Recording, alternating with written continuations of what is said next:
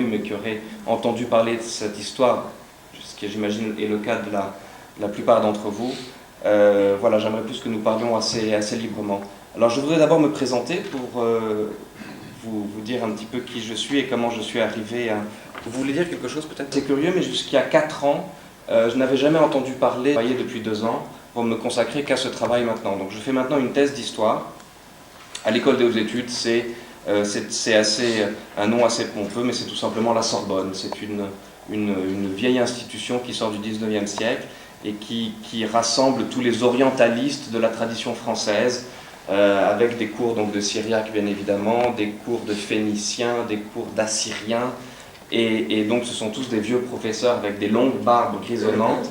Et quand je suis allé les voir, un peu naïf peut-être, et leur dire que j'avais un sujet extraordinaire à leur proposer, j'avoue que ça a été un petit peu difficile au début, mais après tout le monde a apprécié, et maintenant ils me soutiennent entièrement, parce que c'est pas un sujet anodin, voilà, c'est pas un sujet qui laisse indifférent. Rattacher cet événement à d'autres événements très douloureux de notre si triste XXe siècle.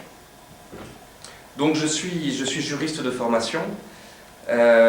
J'ai travaillé dans plusieurs pays, dans des domaines qui n'avaient rien à voir avec l'histoire. Bon, j'avais toujours un intérêt personnel, bien sûr, pour l'histoire. Et puis j'ai commencé à voyager, en fait, à partir de l'été 97-98. Et je voyageais en Turquie. Je voyageais dans l'est de la Turquie, la partie orientale. Et j'étais à la recherche des églises arméniennes, des églises de l'ancienne Arménie. J'étais avec un ami qui était très féru de ces choses-là. Et on a commencé à faire notre voyage par Erzurum, ensuite on est remonté à Trabzon, on est redescendu par Kars, Ani, pour ceux qui connaissent la Turquie, je suis sûr que ça vous parle, ce sont des noms qui vous sont très familiers. Et enfin, on arrive à Van, donc avec la très très belle église d'Aktamar qui est absolument magnifique, qui malheureusement tombe en ruine. Enfin, tombe en ruine, elle est encore debout, mais il ne faudrait pas grand-chose pour qu'elle s'écroule, étant donné qu'elle n'est pas entretenue. Et on s'est un petit peu posé dans cette région-là, et je regarde un peu sur la carte, c'est un peu l'introduction du livre, pour ceux qui l'ont lu. Je vois des noms un peu bizarres, je ne comprenais pas, avec des monastères inscrits. Je vois Marmalke, Mar-Gabriel, Salah, des endroits comme ça, et je me dis c'est curieux, on dirait des monastères, on dirait qu'il y a des chrétiens là-bas. Enfin, moi je pensais que c'était des monastères comme les églises arméniennes, c'est-à-dire des trucs désertés, laissés à l'abandon et qui tombent en ruine en fait. Et on prend un bus, ce qui était absolument extraordinaire, parce que je ne pensais pas du tout arriver par là, je pensais plutôt arriver vers Bitlis, la partie orientale, mais les routes étaient fermées encore à l'époque. Donc on arrive juste en sortant du bus, je prends un type qui m'amène en ville, et j'ai une espèce de vision, comme si on avait un mirage ou un son, je vois un prêtre passer. C'est le père Yacoub, pour ceux parmi vous qui le connaissent. Je pense qu'il est chaldéen, mais j'en suis pas très sûr, en fait, peut-être qu'il est de Mardin. Enfin, je sais pas. C'est lui qui s'occupe de l'église syriaque orthodoxe. Et je me dis, mais qu'est-ce que c'est ça? C'est une vision, donc je vais le voir. Je dis, mais il parle français très bien.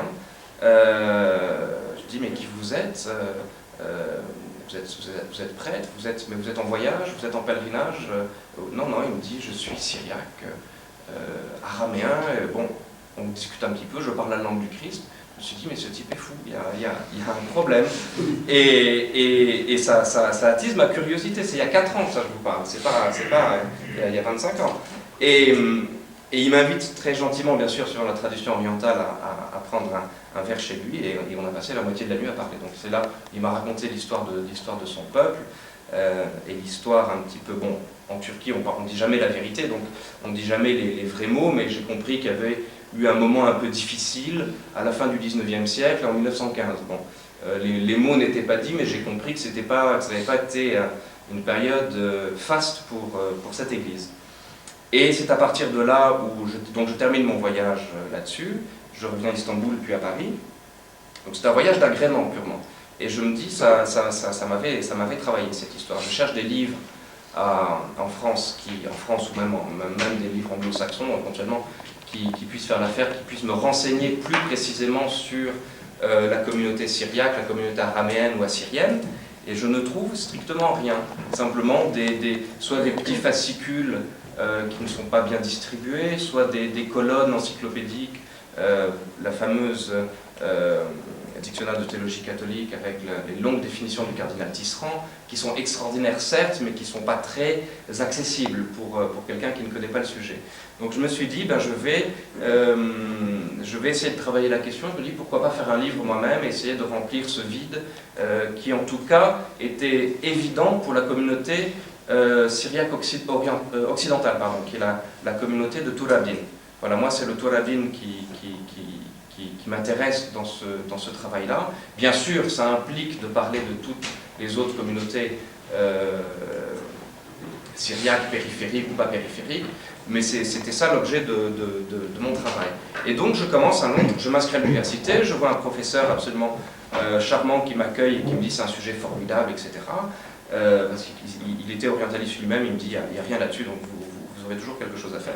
Et moi, j'avais toujours en mémoire le visage de ce prêtre, si vous voulez, c'est-à-dire que je n'ai pas je suis paru dans une bibliothèque comme ça et je me dis, je vais essayer de pondre quelque chose. C'est le visage, c'est le contact humain de ce prêtre qui m'a motivé pour faire cette recherche. Et à partir de là, j'ai cherché vers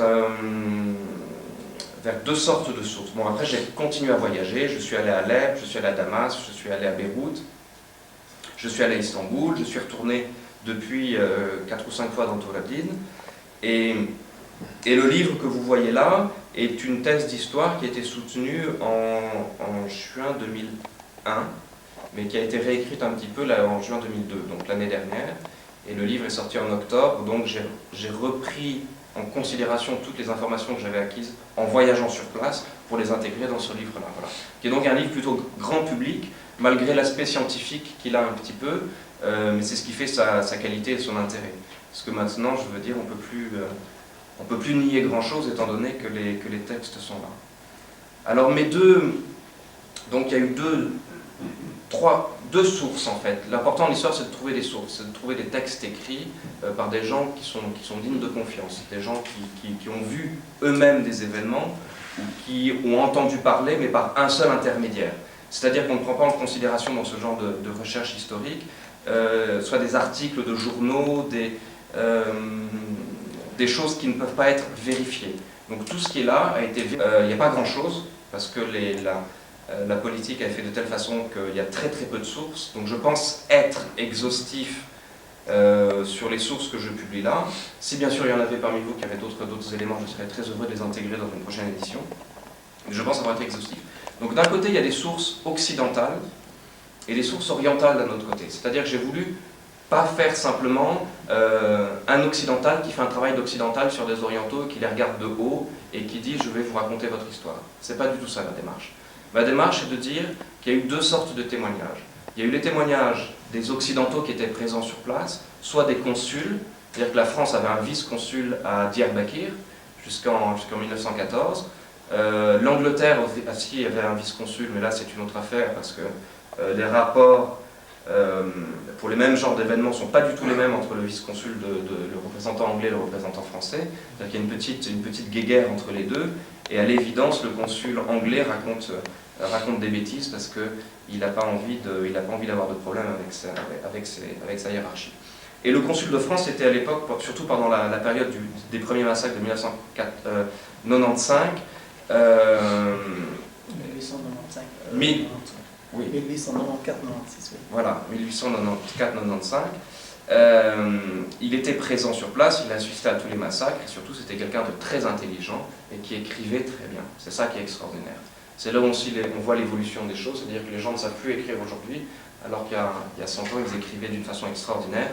Et vous voyez d'abord quelques dépêches diplomatiques que j'ai ressorties de l'époque, et vous voyez les occidentaux, donc des diplomates, des gens dont le travail est de raconter ce qui se passe sur place à la hiérarchie. C'est les agences de presse actuelles, c'est l'AFP, c'est Reuters, c'est tout ce genre c'est les journalistes de l'époque, mais qui ne déforment pas l'information, c'est-à-dire qui racontent brutalement ce qui se passe.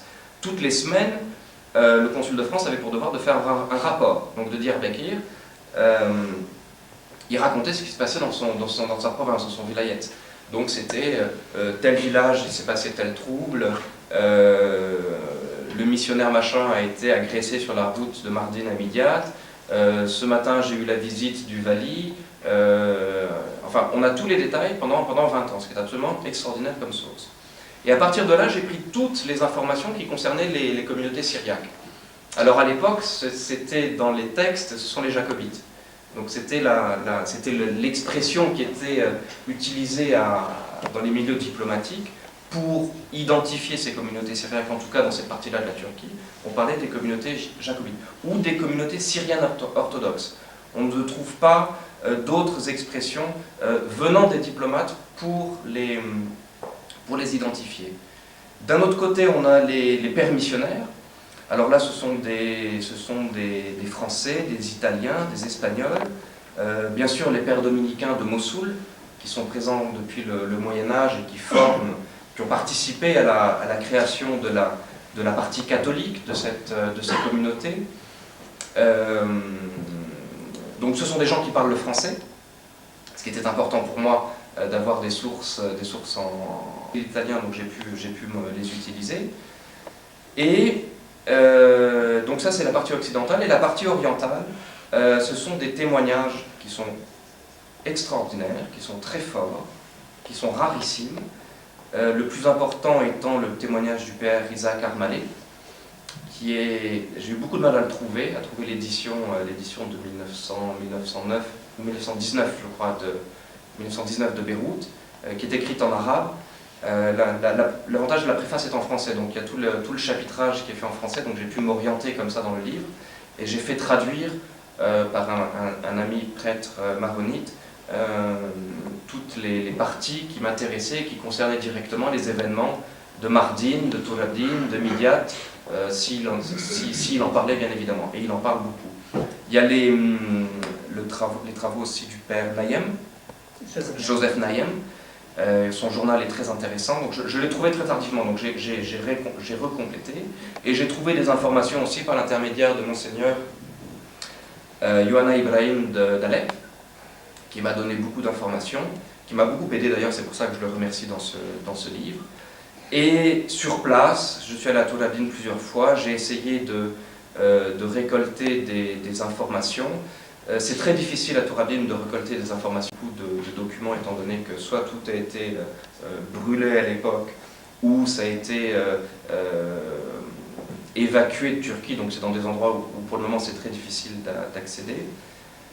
Et j'ai trouvé, figurez-vous, à Alep, dans un asile de vieillards, c'est comme ça qu'on appelle les maisons de retraite là-bas, j'aime beaucoup ce genre d'expression qui disent vraiment ce que c'est pas du tout politiquement correct.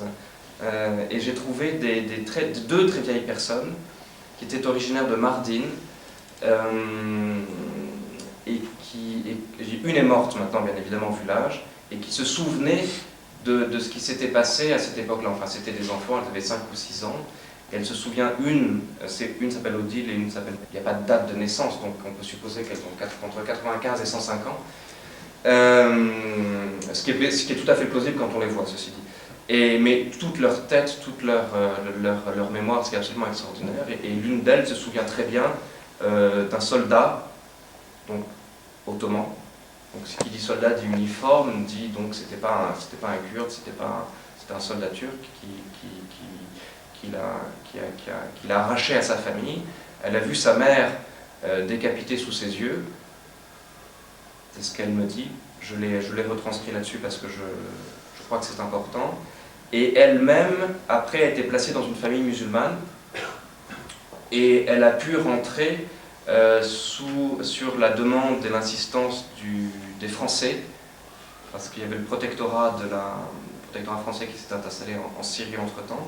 Et pendant très longtemps, il y a eu des échanges encore avec la Turquie pour que des familles puissent se reconstituer, c'est-à-dire que des enfants qui avaient été laissés à Mardin ou à Midyat, c'est-à-dire dans des centres importants, on ne parle pas des villages, les villages, on n'a jamais su vraiment ce qui s'était passé, pour que ces enfants puissent revenir en Syrie et être élevés dans des institutions religieuses. Par exemple, cette Odile a été élevée par les sœurs de Sainte-Odile, d'ailleurs, c'est pour ça qu'elle a été rebaptisée Odile, parce que bien sûr son premier prénom n'est pas Odile. Et voilà, donc j'ai essayé d'intégrer plusieurs éléments, et surtout des éléments d'histoire vivante, qui permettent un petit peu d'humaniser ce travail. Voilà. Je voulais vous dire aussi que c'est très émouvant pour moi de parler devant vous. C'est même plus émouvant de parler devant vous que de parler devant un jury de la Sorbonne, parce que vous comprenez ce que je dis.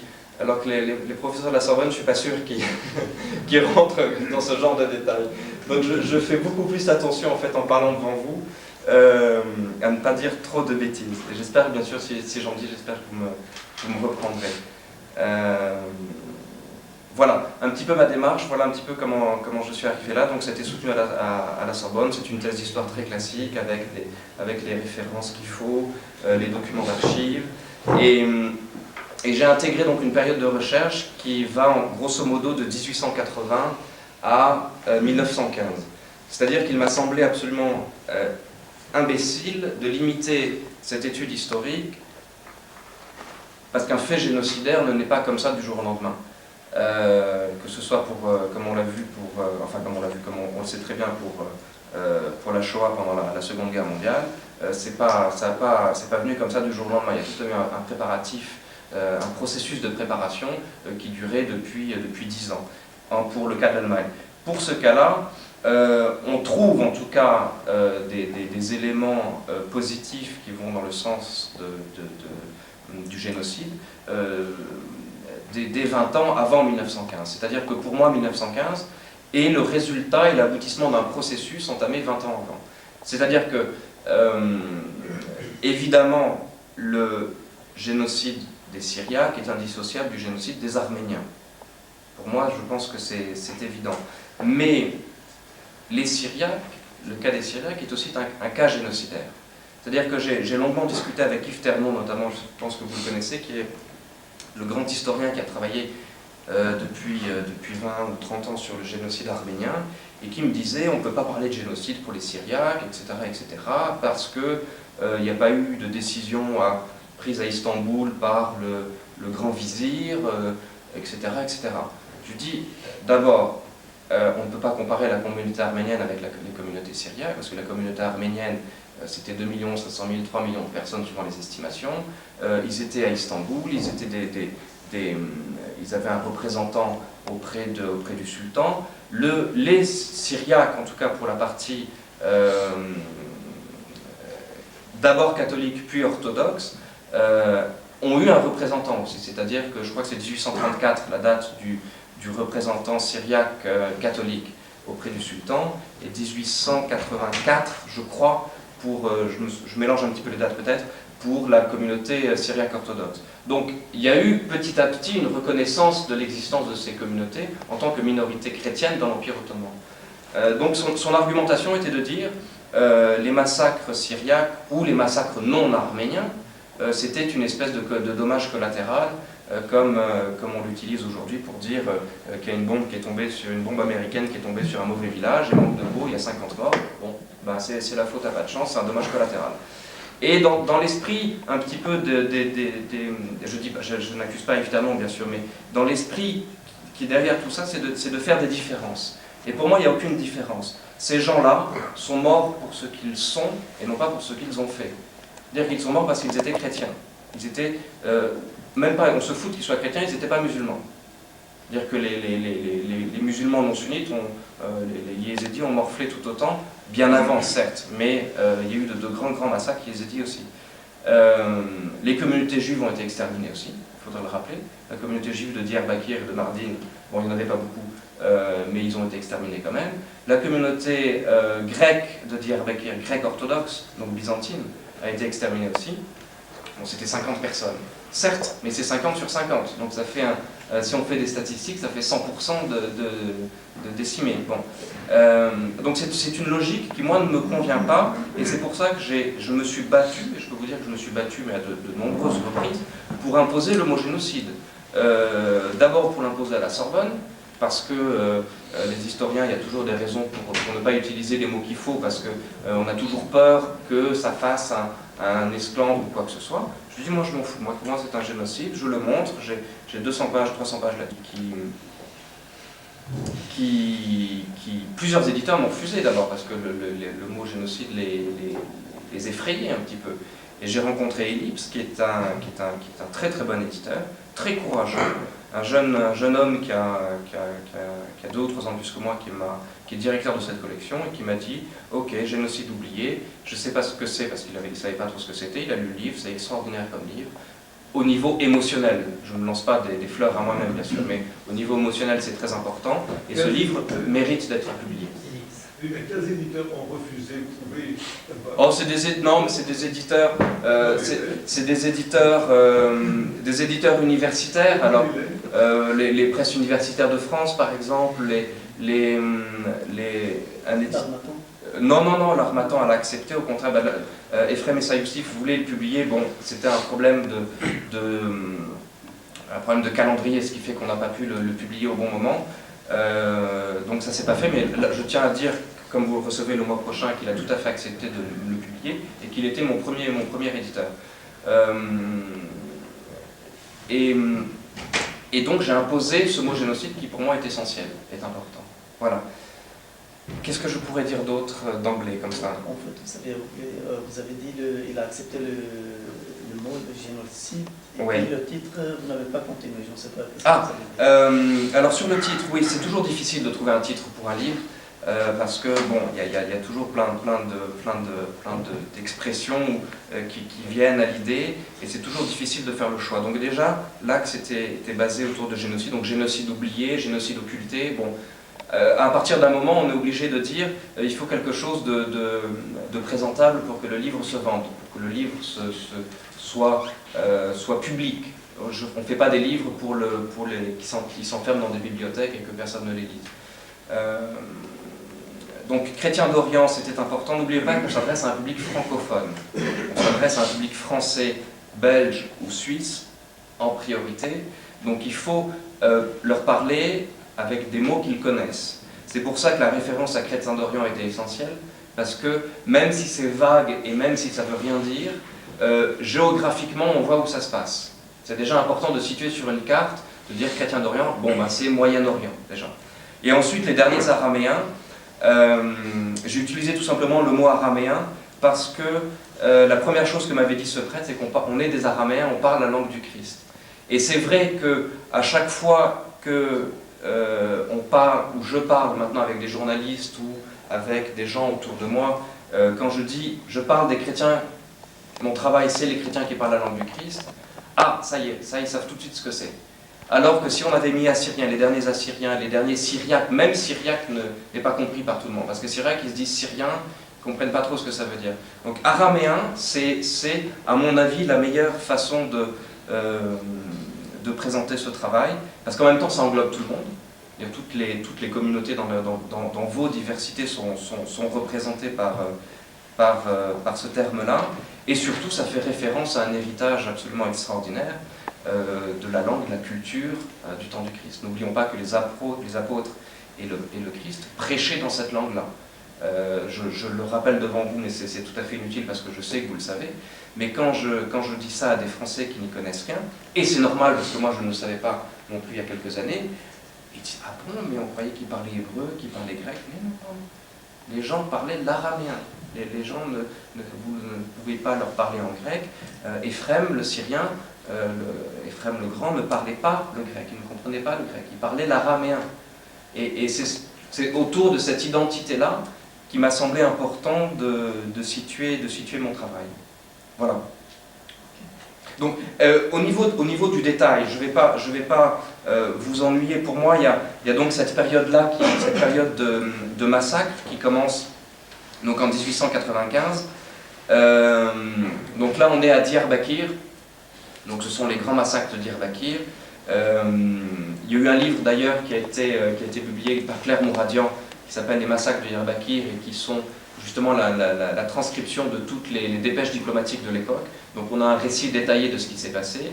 Évidemment, les responsables sont identifiables facilement parce que le consul de France a vu plusieurs fois des soldats ottomans, sinon turcs, tirer sur la foule et tirer des remparts de Diyarbakir sur les gens qui sortaient ou qui essayaient de se réfugier des églises. Donc nous avons des récits en 1895, ce qui est important, c'est qu'on a longtemps cru que les seuls Diyarbakir avaient été touchés. Et je montre le contraire dans ce travail-là, en ce sens que j'ai trouvé des témoignages de pères dominicains qui, au même moment, ont traversé la partie orientale de Tourabdin. C'est-à-dire qu'ils sont partis de Djeziré, qui est... non, Cizre, comment vous dites Cizre? Cizre aujourd'hui. Voilà. Et ils sont remontés par Azer et ils ont continué après vers Sainte-Caire. Et ils racontent ce qu'ils voient, c'est-à-dire des villages désolés, des églises brûlées, des maisons détruites. Il y avait encore l'odeur de la chair qui prenait aux tripes. J'ai trouvé une lettre absolument extraordinaire, j'ai même beaucoup d'émotions quand je vous dis ça. Et on est quelques semaines simplement après le début des massacres de Diyarbakir. C'est-à-dire que le gros des massacres, je parle pour 1895, a commencé à Diyarbakir, et puis ça s'est répandu comme une traînée de poudre dans tout le Tur Abdin. C'est-à-dire que souvent ce ne sont pas évidemment les Turcs eux-mêmes qui tuent, ils sont trop bien malins parfois pour ça, c'est-à-dire qu'ils ont manipulé des tribus kurdes hamidiées, notamment qui étaient devenues des éléments supplétifs de l'armée ottomane, sunnites évidemment, c'est-à-dire que seules les tribus kurdes sunnites pouvaient s'intégrer dans cet aspect-là militaire de l'armée ottomane. Donc ils étaient armés avec des fusils allemands qui étaient à répétition et qui étaient de très très bonne qualité.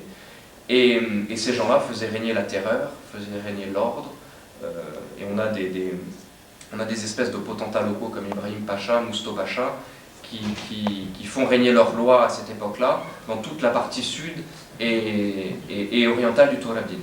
Donc on a des témoignages très importants qui montrent qu'en dès 1895, le Tur Abdin est touché aussi, et on sait qu'il y a eu des massacres à Midyat. Le problème, c'est qu'on sait qu'il y a eu des massacres, mais on ne sait pas combien. On ne sait pas comment, parce que bien sûr, il n'y avait pas de diplomate à Midyat, et on a très très peu de renseignements sur cette partie-là de la Turquie. Et de cette période-là jusqu'à la Première Guerre mondiale, ce sont 20 ans de massacres continuels. Alors il y a des moments d'accalmie, il y a des moments de violence, mais c'est la violence qui reste. C'est-à-dire qu'il n'y a pas un moment où il n'y a pas un village chrétien, donc syriaque. Malheureusement, il y avait déjà plus d'Arméniens dans cette partie-là de la Turquie. Il y en avait juste au sud de Mardin, à Kiziltepe, c'était... Je me souviens plus le nom de l'époque, c'est pas très grave. Donc quand on dit village chrétien, c'est sous-entendu village syriaque. C'est-à-dire que même les chroniqueurs de l'époque ne disent pas syriaque, ils disent chrétien. Mais comme on sait qu'il n'y a pas d'Arméniens, on sait qui sont ces chrétiens finalement, que ce sont des syriaques. Donc et si on faisait la dénomination complète de tous ces massacres, on ne sait pas exactement le nombre de villages qui ont été détruits, on ne sait pas exactement le nombre de morts qui ont été répertoriés, mais à mon avis, c'est absolument colossal. Bon. Et on arrive en 1913, 1914, 1915, donc le début de la guerre. Bon, vous savez le problème, l'histoire des Arméniens, on déporte les Arméniens, on déporte les chrétiens de Mardin, c'est-à-dire que dans un premier temps, on déporte tous les hommes, toutes confessions confondues. C'est-à-dire que, ça c'est le père Armalé qui le précise bien, toutes les confessions sont représentées. J'ai des descriptions des grandes familles syriaques de Mardin qui sont déportées, c'est-à-dire qu'il y a un soldat qui vient frapper chez vous, vous ouvrez, tout le monde sort de ces événements. D'abord un premier convoi d'hommes, une semaine après, donc là on est au printemps 1915, ensuite un convoi de femmes, et les gens partent en colonne. Donc ce sont plusieurs centaines, plusieurs milliers ensuite, et sont massacrés dans les environs immédiats, c'est-à-dire qu'ils ne s'embêtent pas à les faire marcher vers le désert syrien. Souvent c'est sur la route de Diyarbakir sous prétexte qu'il y ait un problème juridique ou qu'ils ont besoin d'être convoqués à Diyarbakir, on fait partir les hommes vers Diyarbakir, et comme par hasard ils n'y arrivent jamais. Donc je ne sais pas si actuellement on pourrait retrouver, d'ailleurs ce serait intéressant de trouver des sépultures comme ça. À mon avis, on aura du mal à en trouver. Et vers le sud, on sait qu'à Dara, par exemple, dans les grandes grottes de Dara, on a une description très précise du père Naïm, qui dit que les gens étaient jetés comme ça dans les puits. Les puits sans fond, c'était des puits du temps de Darius, je crois. Et je les ai vus moi-même, ces puits, c'est vraiment impressionnant quand on s'approche de là. Il y a plusieurs dizaines de mètres de profondeur. Donc je ne sais pas ce qu'il y a au fond. Peut-être qu'il faudra un jour faire une mission archéologique pour trouver là-dedans. Donc on a des récits très précis de ce qui s'est passé. Et encore une fois, en 1915, c'est toute la région de Tur Abdin qui s'enflamme. C'est-à-dire que là, il y a des massacres organisés. C'est-à-dire que les massacres ne sont même plus cachés. C'est-à-dire qu'on n'essaye pas que dans tel village, il y avait une rébellion. Et non, ça maintenant, les autorités ne s'embêtent plus pour ça. Et on massacre village après village. Et en l'espace d'une semaine, toutes les grandes villes sont attaquées. Parmi vous, ceux qui connaissent le Tur Abdin, entre Midyat, Mardin et Jezire, si on y va à pied, ça prend du temps. Et comme par hasard, en 2 jours, il y a un massacre à Mardin et 2 jours après, il y a un massacre à Jezire. Alors, ce sont des massacres spontanés, comme ça, c'est-à-dire que les gens les Kurdes se sont dit, tiens, ben, on va massacrer aujourd'hui. Non, c'est qu'il y a forcément une coordination, il y a forcément des ordres qui ont été donnés, et bien évidemment, ces ordres, on ne les trouvera jamais.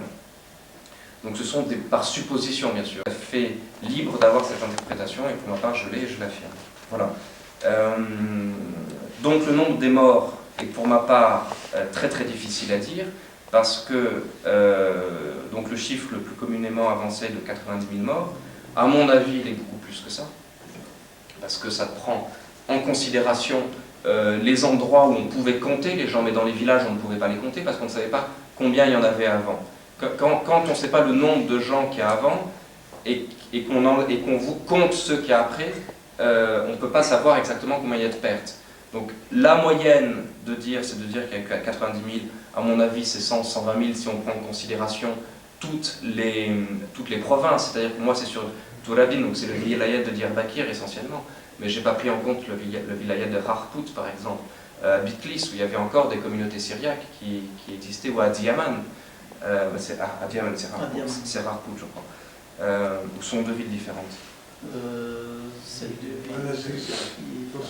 oui.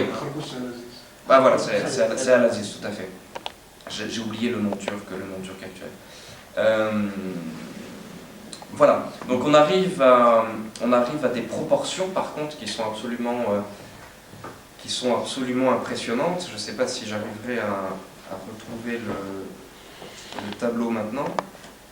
71%.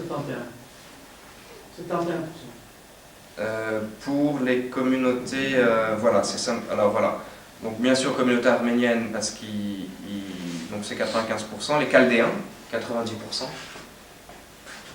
donc syriaque orthodoxe 71% et syriaque catholique 61%. Alors j'ai eu une réflexion, j'ai eu quelqu'un qui m'a dit mais 71% ça prouve qu'ils n'ont pas tous été massacrés. Je dis vous n'allez pas leur reprocher de s'être défendus quand même. Et il me dit, mais il y en avait après la Turquie, il y en avait, d'ailleurs il y en a toujours. Je dis, ben oui, d'accord, et alors vous allez leur reprocher de s'être enfermés dans leur village et de s'être défendus à coups de fusil datant du XVIIIe siècle. Je dis, mais tant mieux pour eux s'ils ont survécu, je veux dire, gloire à ceux qui se sont battus. Et enfin, donc il y a tout un tas de raisonnements dans la tête des gens qui souvent est un peu déroutant et qui nous fait rire un petit peu ce soir, mais moi qui ne me fait pas rire du tout de temps en temps. Quand ça vient de quelqu'un d'absolument inculte qui se permet d'affirmer des horreurs comme ça. Et donc bon, les événements se passent, donc 1915, 1916, 1917, on n'a aucune information sur la période de 1917-1918, parce qu'il n'y avait aucun témoin, en tout cas occidental. J'espère qu'un jour des sources syriaques referont surface, parce que je sais qu'il y en a. Je sais qu'il y a des chercheurs qui travaillent sur des sources syriaques, mais c'est un petit peu clandestin pour le moment comme recherche. En tout cas, du côté occidental, nous n'avons pas d'informations sur les années 17-18. Donc ces chiffres-là sont des estimations d'une part, parce qu'il n'y a aucun statistique officiel, et sont des projections surtout de on imagine de ce qui a pu se passer en 1917 et 1918. Voilà. On arrive en 1919, qui est la dernière année de ce travail, au moment de la conférence de la paix, qui est à Paris. Donc la Première Guerre mondiale se termine, et tous les belligérants se retrouvent à Paris. Alors la guerre n'est pas terminée encore en Turquie, c'est-à-dire que les Anglais et les Français notamment étaient tenus entre eux par les accords Sykes-Picot de 1916, qui s'étaient répartis des zones d'influence. Grosso modo, les Anglais devaient avoir... nous devions avoir en protectorat, bien évidemment, on ne parle pas de colonie, on parle de protectorat ou zone d'influence, toute la partie justement des vilayets de Diyarbakir qui viennent jusqu'à Mossoul, et les Anglais devaient avoir le sud de l'Irak, la Palestine et quelque chose au nord de la Turquie. Et on avait concédé dans notre immense générosité aux Turcs le plateau anatolien, ce qu'on pensait ce qui était déjà pas mal. Mais manque de peau, les Turcs n'avaient pas dit leur dernier mot au niveau militaire, et donc on signe le traité de Sèvres d'abord, en faisant une projection sur une défaite de la Turquie, et donc on accorde très largement un État arménien, un État assyro-chaldéen, enfin, dans les projets parce qu'entre nous, je ne pense même pas que les diplomates aient pensé sérieusement à ce genre de choses, et un État kurde. Alors il y a les Kurdes qui disent un État assyro-chaldéen à quoi ça sert, et les assyro-chaldéens qui disent un État kurde à quoi ça sert. Et j'ai retrouvé toute une correspondance absolument incroyable des représentants de l'Église, de toutes les églises syriaques d'ailleurs, c'est ça qui est extraordinaire, c'est-à-dire que dans la confrontation, dans le malheur, tout le monde a retrouvé son unité. C'est-à-dire que tant les Syriaques catholiques, Monseigneur Tapouni, donc qui était déjà à Beyrouth, qui était déjà dans une influence plutôt francophone, francophile, les Syriaques de Touraddin, avec Monseigneur, qui était le vicaire du patriarche, qui était Balsoma à l'époque, qui est devenu patriarche après, il était le représentant de l'église syriaque orthodoxe à Paris parce que c'était le seul qui parlait français. Parce qu'il avait été élevé à Mossoul. Il avait été au séminaire de Mossoul, donc il parlait français. Et on a des représentants aussi, on a des correspondances, des Syriaques assyriens de l'Irak. Donc ce sont les gens qui ont, vous le savez mieux que moi, qui ont quitté le Hakkari, chassé du Hakkari, massacré, etc. Le bassin de Dourmia, qui se sont réfugiés et qui ont atterri finalement au sud de l'Irak, au camp de Bassora. Et donc tous ces gens-là, qui finalement se connaissaient mais sans trop bien se connaître, se sont retrouvés ensemble à Paris et ont été unis pour défendre leur cause. Ce qui est absolument extraordinaire dans l'histoire des communautés syriaques. C'est-à-dire, on part d'une division, non pas volontaire, c'était une division géographique, une division historique, c'était une division malgré les Syriaques eux-mêmes, c'est-à-dire que certains étaient du côté ottoman, d'autres étaient du côté perse, du côté iranien, d'autres étaient dans une zone d'influence beaucoup plus arabe, comme les gens de Mossoul ou les gens déjà qui étaient à Alep ou à Beyrouth au Liban.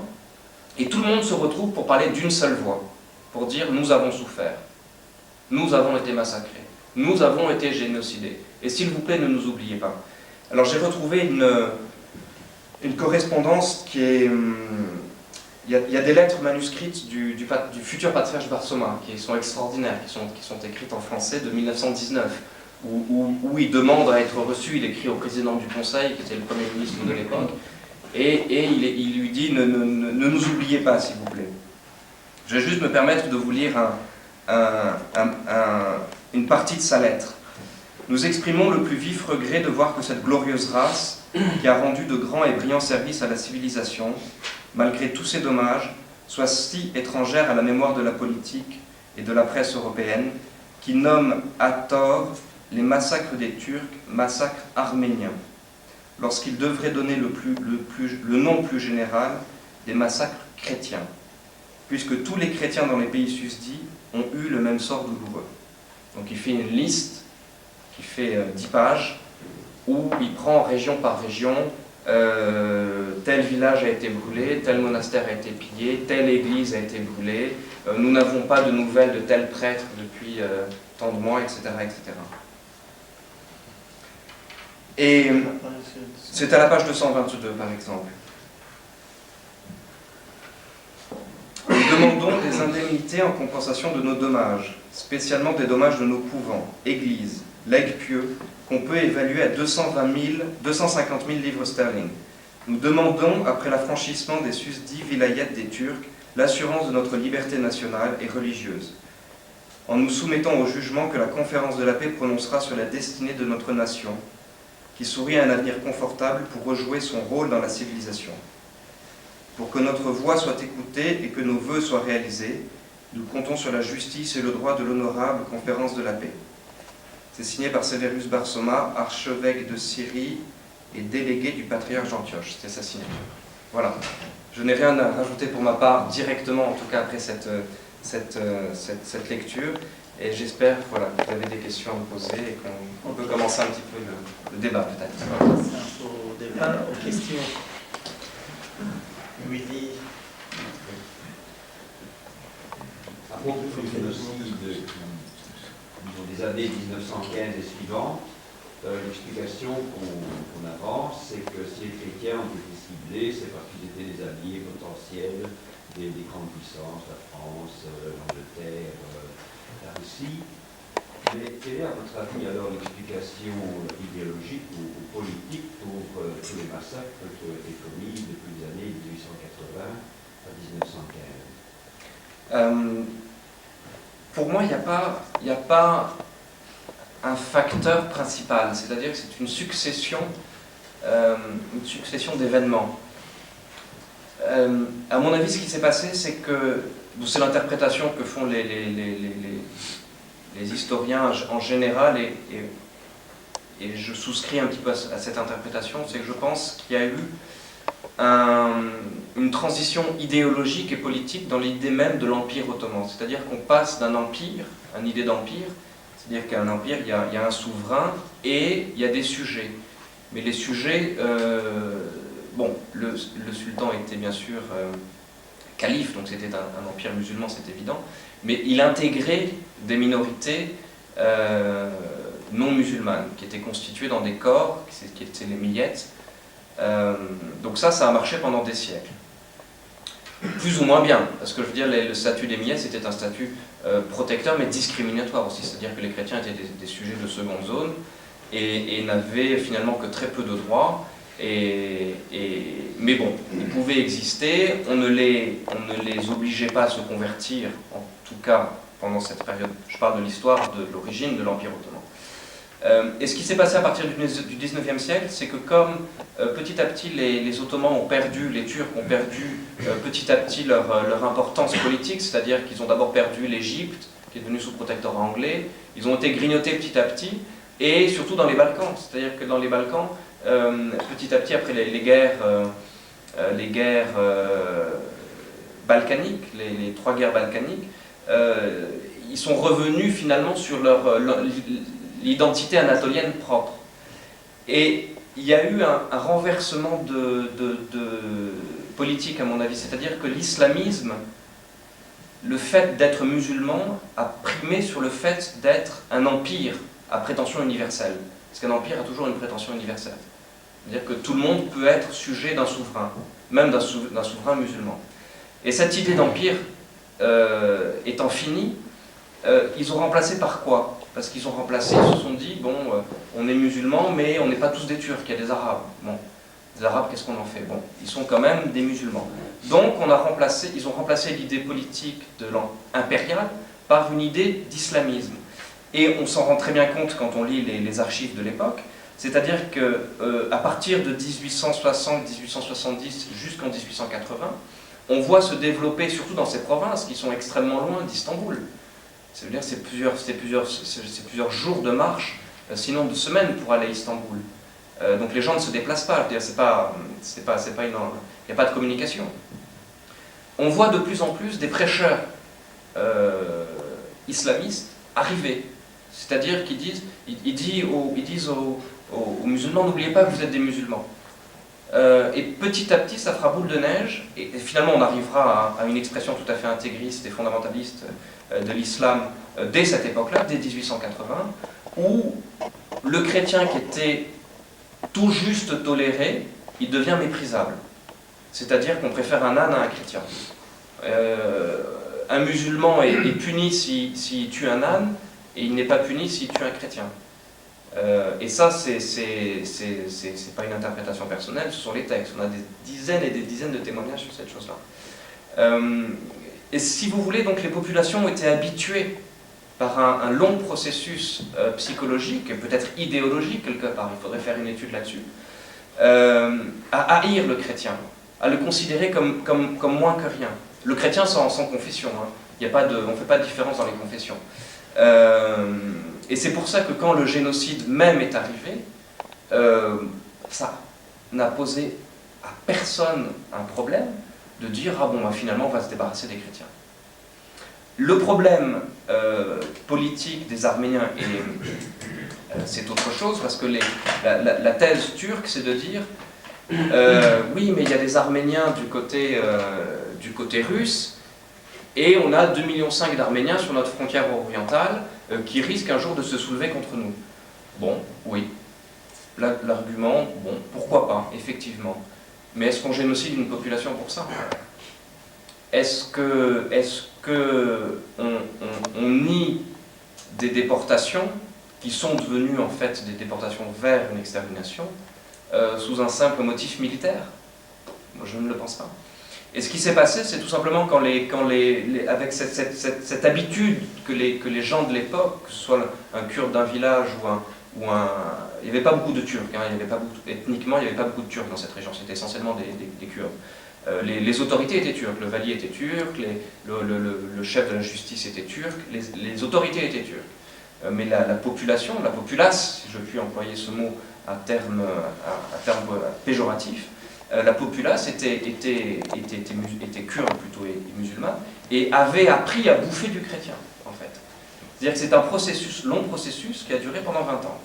Et pour moi, un peuple ne devient pas criminel comme ça du jour au lendemain. On ne décide pas du jour au lendemain, tiens, je vais tuer mon voisin parce que je sais pas quoi faire ce matin, j'ai mal dormi, je vais aller zigouiller à la famille de mon voisin. Non, il faut être un peu rationnel quand même. Il y a une histoire derrière ça, il y a une manipulation derrière ça, bien évidemment. Et ce qu'on constate, c'est que effectivement, beaucoup de tribus kurdes ont été manipulées sciemment par les Turcs pour faire de la sale besogne. Voilà. C'est-à-dire que les Turcs disent maintenant, ce n'est pas nous, c'est les Kurdes qui ont manipulé. Mais bon, d'où venaient les armes, d'où venaient les ordres, d'où venaient les chevaux. Un cheval, ça coûtait une fortune à l'époque. Qui pouvait se payer des chevaux, et on parle de régiments amitiés, on parle de 5000 hommes, 6000 hommes.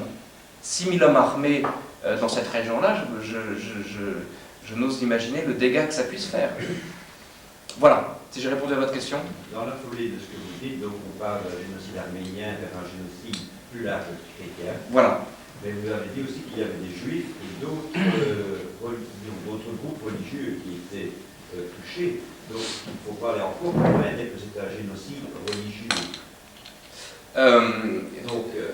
L'épuration religieuse. Les seuls non-chrétiens qui n'ont pas été massacrés, qui ont été massacrés ou qui n'existent plus, parce qu'on n'a aucun texte là-dessus, c'est la petite communauté juive de Diyarbakir. Bon, il y avait, je crois, 5 ou 6 familles, c'était vraiment pas beaucoup. Mais à mon avis, comme ils ont dû se dire, ils ne savaient pas trop ce que c'était, ils se sont dit, peut-être qu'ils sont chrétiens quelque part, donc on les fait passer à la trappe. L'autre communauté, je faisais référence aux Grecs orthodoxes. Il y avait une vieille communauté grecque orthodoxe du temps d'Alexandre qui était restée à Diyarbakir et qui a été massacrée aussi. Voilà. D'autres questions? Il n'y a pas d'autres questions comme juriste, connaissant un peu la Shoah. Ce qui me gêne très fort dans votre exposé, c'est de dire on prend les enfants, on les place dans les familles musulmanes, ça n'est plus de la Shoah. La Shoah, c'est plus du génocide. Le génocide, c'est tuer femmes et enfants. Oui, ce sont vraiment des exemples très, très secondaires. C'est parce que j'ai vu une personne qui...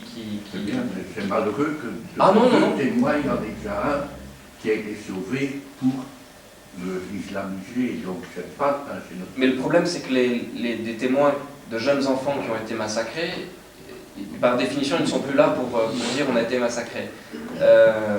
Donc c'est très délicat aussi de dire de faire ce genre de comparaison. Je n'essaye pas, si vous voulez, de comparer et de dire, d'imposer l'idée de génocide. Par exemple, on a souvent dit, en 1895, on ne peut pas parler de... Non, en 1895, on ne peut pas parler de génocide parce qu'il n'y a pas eu de... Non, c'est en 1915 où il y a quelqu'un qui m'a dit on ne peut pas parler de génocide parce qu'il n'y a pas eu de... Non, il dit c'est un génocide parce qu'il n'y a pas eu de conversion. C'est-à-dire il n'y a pas eu de conversion forcée. Alors, d'abord, c'est pas vrai parce qu'on a eu des exemples aussi en 1915, on a eu des exemples de conversion forcée. Et chez les Arméniens aussi. C'est-à-dire qu'on a trouvé des lettres où il y a des enfants. C'est pour ça que je préfère dire enfants chrétiens, parce que c'est toujours délicat.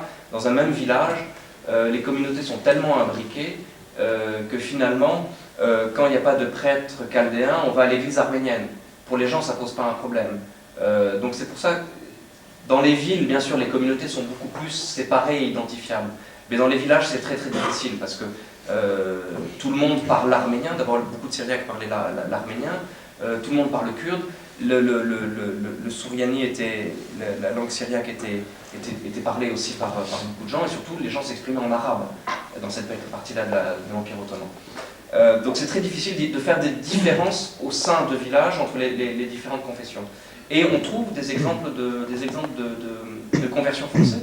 C'est-à-dire que ça ne rentre pas dans notre définition occidentale du génocide. Parce que pour un musulman, il se dit, ben, à quoi ça sert de tuer un enfant alors qu'elle peut faire ma domestique? C'est un petit peu ça.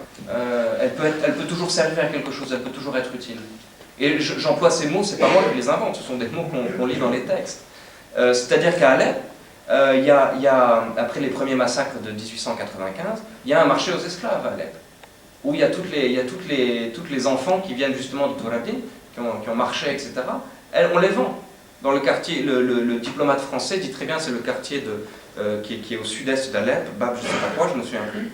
Et il dit, voilà, ce matin on a vendu 10 enfants, 10 petits chrétiens à la criée. Bon, certes, ils ne les ont pas tués. Et quelle est la différence finalement? Vous voyez ce que je veux dire? Il ne faut pas avoir notre définition. En tant que juriste, je sais très bien le poids des mots. Je sais très bien la définition du mot génocide qui a été donnée au procès de Nuremberg. Mais malheureusement, ça ne s'intègre pas dans tous les cas. C'est-à-dire que ces gens ont souffert, ont été martyrs, extirpés de leur berceau originel où ils habitaient là depuis le 5e siècle, peut-être même avant, et on a décidé qu'ils n'avaient plus le droit de vivre là. Voilà. C'est pour ça qu'on peut toujours en débattre, bien évidemment. Mais j'adopterai plutôt une position extensive pour cette période-là. Mais il y a une autre chose que j'aimerais bien rajouter. En fait, les Turcs à l'époque, ils avaient une politique aussi, c'est ce qu'ils appelaient en turc la politique des Ushirman, qui prenaient les enfants des chrétiens, ils les nourrissaient pour former des militaires. Voilà. C'est pour ça qu'ils les gardent aussi. Bon. D'autres questions? Une question concernant le génocide. Parce que bon, je ne connais pas la procédure que votre bouquin, le titre, accepte le génocide. Par rapport à la politique européenne gérée ici, qu'est-ce qui manque ou qu'est-ce qu'il faudrait pour que finalement le génocide araméen, syriaque, comme vous employez, serait accepté? On sait que le génocide arménien a été accepté, on dit, je ne sais pas l'année, c'est pas plus chez les gens. Oui. Est-ce que ce serait l'utopie d'y croire aujourd'hui? Non, absolument pas. Absolument pas. D'abord, il y a eu une loi en France qui a été votée l'année dernière, il y a 2 ans, sur le génocide arménien, comme quoi le gouvernement français reconnaissait un article. Ils l'ont fait, mais ils ne se sont pas non plus très engagés. Et la France reconnaît publiquement l'existence du génocide arménien. Bon. Pourquoi? Parce qu'il y a plusieurs facteurs juridiques pour la définition officielle, la reconnaissance officielle d'un génocide. Il faut prouver que ça a été décidé à un moment donné. Bon. Il faut prouver que ça visait une population particulière, et surtout que les ordres ont été exécutés, ont été transmis suivant un processus bien particulier. Bon. J'ai envie de dire que suivant cette définition-là, il n'y a pas beaucoup de génocides qui pourraient être reconnus. Surtout pour le cas de ces minorités chrétiennes, de ces chrétiens, qui encore une fois vivent très loin d'Istanbul.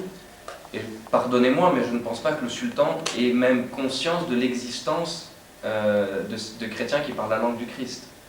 Donc prétendre qu'il n'y a pas eu de génocide parce qu'il n'y a pas eu un ordre qui a été envoyé de Constantinople, d'Istanbul, dit mais c'est n'importe quoi. Est-ce que le patriarche des Arméniens a été fusillé, par exemple? Non.